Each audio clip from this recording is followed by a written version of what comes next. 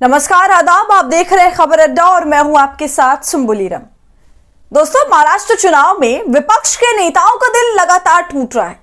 जो खेल भाजपा ने महाराष्ट्र में कर दिया है वो सबके लिए गले में कांटे जैसा हो गया है। कोई इस बात को पचा नहीं पा रहा कि महाराष्ट्र में भाजपा जीत रही है, क्योंकि वोटिंग से पहले जो चुनावी माहौल था वो हम सबने देखा। आज ही संजय राउत ने महाराष्ट्र के चुनावी परिणाम को एक सिरे से नकारा, उसे बिल्कुल खारिज कर दिया और कह दिया कि हम ये मानने को तैयार नहीं हैं, ये परिणाम लागू नहीं होने चाहिए। और अब इसी कड़ी में स्वरा भास्कर भी शामिल हो गई हैं। जी हाँ दोस्तों, actress Swara Bhaskar social media पर अब अपना रोष जाहिर कर रही हैं, ईवीएम पर सवाल खड़े कर रही हैं और इस चुनाव में भी ईवीएम की फुल बैटरी का मसला अब सामने आ रहा है।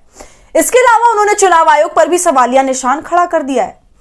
दोस्तों, स्वरा भास्कर जिन्होंने इस बार महाराष्ट्र में अपने पति फहद अहमद के लिए जबरदस्त तरीके से प्रचार किया था।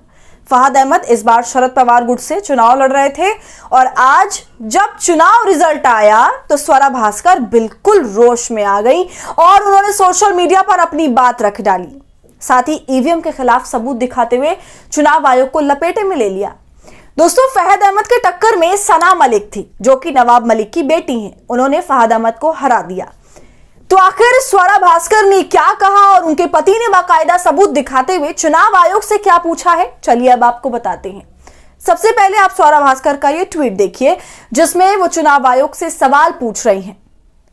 पूरा दिन वोट होने के बावजूद ईवीएम मशीन 99% कैसे चार्ज हो सकती है? इलेक्शन कमीशन जवाब दे। अनुशक्ति नगर विधानसभा में जैसे ही 99% चार्ज मशीनें खुली, उसके बीजेपी समर्थित एनसीपी को वोट मिलने लगे। आखिर कैसे? तो सुना आपने दोस्तों, महाराष्ट्र में भी बिल्कुल सेम हाल देखने को मिल रहा है। वही सारी बातें दोहराई जा रही हैं जो हरियाणा चुनाव में हुआ था। ईवीएम में गड़बड़ी का मामला, वोटिंग परसेंटेज में हेराफेरी, बैलेट पेपर वाला मामला, उसके बाद ईवीएम की बैटरी का मामला। दोस्तों, स्वरा भास्कर ने तो केवल ट्वीट ही किया है, मगर उनके पति फहद अहमद ने बाकायदा वीडियो बनाकर जारी किया है। उस वीडियो में वो कुछ सबूत भी दिखा रहे हैं। फहद अहमद वीडियो में ये कह रहे हैं कि जब लगातार वो कई राउंड से आगे चल रहे थे, अंत में आकर अचानक से पीछे कैसे हो गए। पहले आप उनका वो वीडियो देखिए। जैसा कि आप इलेक्शन कमीशन की वेबसाइट पे देख रहे थे, मैं लगातार जो है आगे चल रहा था। यहाँ तक कि 17वें राउंड तक जो है मैं आगे चल रहा था और कुल राउंड जो थे वो 19 थे। और फिर एक मिस्ट्री चालू होती है कि जो ईवीएम सुबह वोटिंग के दिन सुबह 7 बजे से लेके शाम को 6 बजे तक चली थी, उनकी 99% बैटरी निकलती है। और वो 99% बैटरी जहां जहां निकलती है उसमें मेरी जो सामने वाली उम्मीदवार हैं सना मलिक जी, जो सुबह से यहाँ नहीं आई थी, शायद उनको अंदाजा था। हम लोग यहाँ 5:30 बजे आ गए थे, लेकिन वो अब तक यहाँ नहीं आई थी, शायद उनको अंदाजा था। लेकिन जिस तरह की शायद महाराष्ट्र के अंदर जिस तरह की भी चीजें चल रही थी, उस घटना के बाद जो रुख महाराष्ट्र की राजनीति में हो रहा था, 99% की जो ईवीएम निकल रही थी उसमें मेरे से उनको डबल वोट मिल रहा था। और बूथ पे वो मुझसे पीछे चल रही हैं, लेकिन जैसे ही कोई भी ईवीएम खुलती है जिसमें 99% बैटरी है, उस ईवीएम को कहीं ना कहीं किसी ना किसी तरीके से उसमें डबल ट्रिपल का मार्जिन सना मलिक जी लेके चल रही हैं।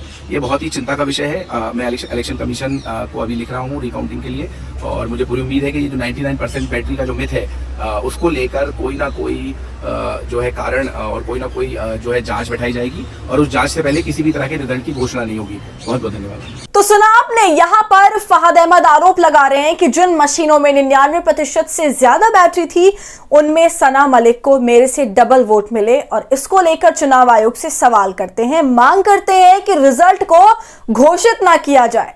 दोस्तों, जो मिथ की बात, जो 99% बैटरी की बात की फवाद अहमद ने, ये सारा मामला हरियाणा चुनाव में भी देखने को मिला था, हम सभी ने देखा।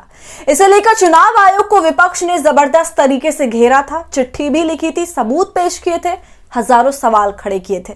मुख्य चुनाव आयुक्त राजीव कुमार से भी सवाल पूछा गया था। इस पर मुख्य चुनाव आयुक्त राजीव कुमार ने कहा था कि ईवीएम की बैटरी मोबाइल की बैटरी की तरह नहीं होती कि सुबह इस्तेमाल शुरू किया और शाम तक बैटरी निकल जाए। तो ऐसा तर्क चुनाव आयोग ने दिया था, मगर तर्क चाहे जो भी हो, सवाल तो अब भी वहीं के वहीं खड़े हैं और किसी को भी चुनाव आयोग के जवाब से अब तक संतुष्टि नहीं हुई है। और रही बात फहद अहमद की, तो दोस्तों उन्होंने इस चुनाव में एड़ी चोटी का जोर लगा दिया था। वाकई वो महाराष्ट्र के कई बड़ी सीटों में से एक अनुशक्ति नगर विधानसभा सीट से खड़े हुए थे। अनुशक्ति नगर विधानसभा सीट जहां पर 19 राउंड्स तक अच्छा खासा कांटे की टक्कर देखने को मिली, लेकिन दिलों की धड़कनें बढ़ा देने वाले इस मुकाबले को नवाब मलिक की बेटी सना मलिक ने अब जीत लिया। आपको बता दूं, सना मलिक ने इस सीट को लगभग 3,500 वोटों के अंतर से जीता है। बहुत बड़ा मार्जिन नहीं है ये। और खास बात तो यह है कि इस सीट पर दोनों प्रत्याशी नहीं थे। यह सीट नवाब मलिक की सीट रही है, लेकिन इस बार उन्होंने मानखुर्द शिवाजी नगर सीट से चुनाव लड़ा। दोस्तों, फहाद अहमद ने इस विधानसभा सीट पर माहौल जमा दिया था और जीत के लिए पूरा दमखम लगा दिया था। उनके प्रचार में तमाम बड़ी राजनीतिक हस्तियों ने प्रचार किया। खुद स्वरा भास्कर ने भी लगातार फहाद अहमद के लिए रैलियां करी और केवल फहाद अहमद की सहयोगी पार्टियों ने ही नहीं बल्कि आजाद समाज पार्टी काशीराम के प्रमुख चंद्रशेखर आजाद ने भी उनके लिए वोट मांगा। इसके अलावा समाजवादी पार्टी से सांसद इकरा हसन ने भी उनके लिए अणुशक्ति नगर में रोड शो किया था। कांग्रेस के स्टार प्रचारक इमरान प्रतापगढ़ी ने भी चुनावी जनसभा की थी उनके लिए। तो दोस्तों, कई राउंड में फहाद मलिक ने बढ़त बनाए रखी, मगर 19वां राउंड आते आते सना मलिक बाजी मार गई। हालांकि ज्यादा बड़े मार्जिन से वो नहीं जीती है, मगर फिर भी उन्होंने जीत हासिल कर ली है। तो ये वाकई एक कांटे की टक्कर थी।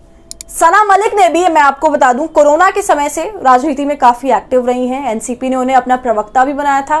कोरोना में उन्होंने अणुशक्ति नगर की जनता की बहुत मदद भी करी। साथ ही नवाब मलिक भी एक ताकतवर चेहरा है।